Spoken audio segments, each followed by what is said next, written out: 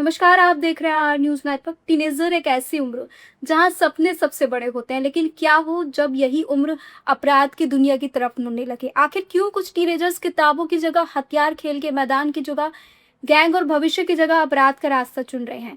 क्या इसकी वजह सिर्फ खराब संगत है या सोशल मीडिया, नशा, गैंग कल्चर और परिवार की बदलती तस्वीर भी इसके पीछे है? तो आर न्यूज़ के साथ आज के इस स्पेशल एक्सक्लूसिव रिपोर्ट में हम इसी सवाल का जवाब तलाशेंगे। कहा जाता है कि क्राइम की कोई उम्र नहीं होती, लेकिन जब क्राइम की फाइलों में टीनेजर्स के नाम बढ़ने लगे तो ये सिर्फ कानून का नहीं, पूरे समाज का सवाल बन जाता है।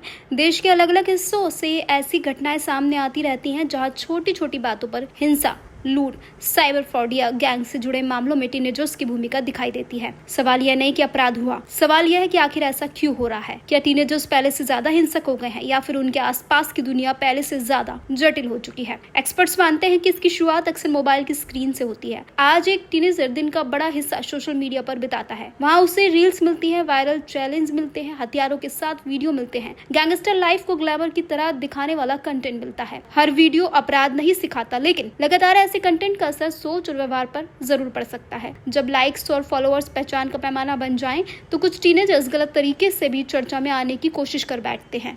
लेकिन कहानी सिर्फ सोशल मीडिया तक सीमित नहीं है। दूसरा बड़ा कारण है गैंग कल्चर। हर टीनेजर चाहता है कि उसे एक्सेप्ट किया जाए, उसकी पहचान बने, उसे इम्पोर्टेंस मिले। कई बार यही तलाश उसे ऐसे समूह तक पहुंचा देती है जहां ताकत दिखाने, डर पैदा करने और कानून तोड़ने को बहादुरी समझा जाता है। शुरुआत छोटी छोटी बातों से होती है, फिर वही दोस्ती अपराध की दुनिया का दरवाजा बन सकती है। इसके बाद आता है नशा। कई जांच एजेंसियां और एक्सपर्ट्स मानते हैं कि ड्रग्स और शराब का संपर्क निर्णय लेने की क्षमता को प्रभावित करता है।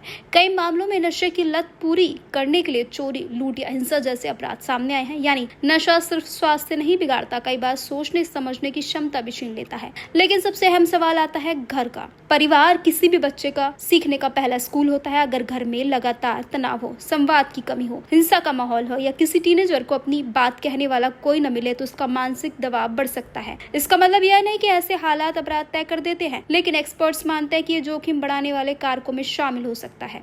आइए देखते हैं अब कुछ चर्चित उदाहरण जो ऐसे मामलों से जुड़े होते हैं। साल 2023 में दिल्ली के शाहबाद डेयरी इलाके में 16 वर्षीय साक्षी हत्याकांड ने पूरे देश को झकझोर दिया। आरोपी भी टीनेजर था। इस मामले ने सिर्फ हत्या नहीं, बल्कि गुस्से, रिश्तों और कम उम्र में बढ़ती हिंसक प्रवृत्ति पर गंभीर सवाल खड़े किए। इसी तरह देश के अलग अलग राज्यों में समय समय पर ऐसे मामले सामने आए जो स्नैचिंग, बाइक चोरी, गैंग फाइट या साइबर फ्रॉड में टीनेजर्स की संलिप्तता की जाँच हुई। हर मामले की परिस्थितियां अलग थी, लेकिन एक बात सामने दिखी: गलत संगत, जल्द पहचान पाने की चाह या डिजिटल दुनिया का निगेटिव इंप्रेशन जैसे कारक बार बार चर्चा में आए। हालांकि यह भी उतना ही सच है कि हर टीनेजर ऐसा नहीं होता। करोड़ों युवा सोशल मीडिया का पॉजिटिव यूज भी कर रहे हैं, पढ़ाई कर रहे हैं, खेल रहे हैं और देश का भविष्य बना रहे हैं।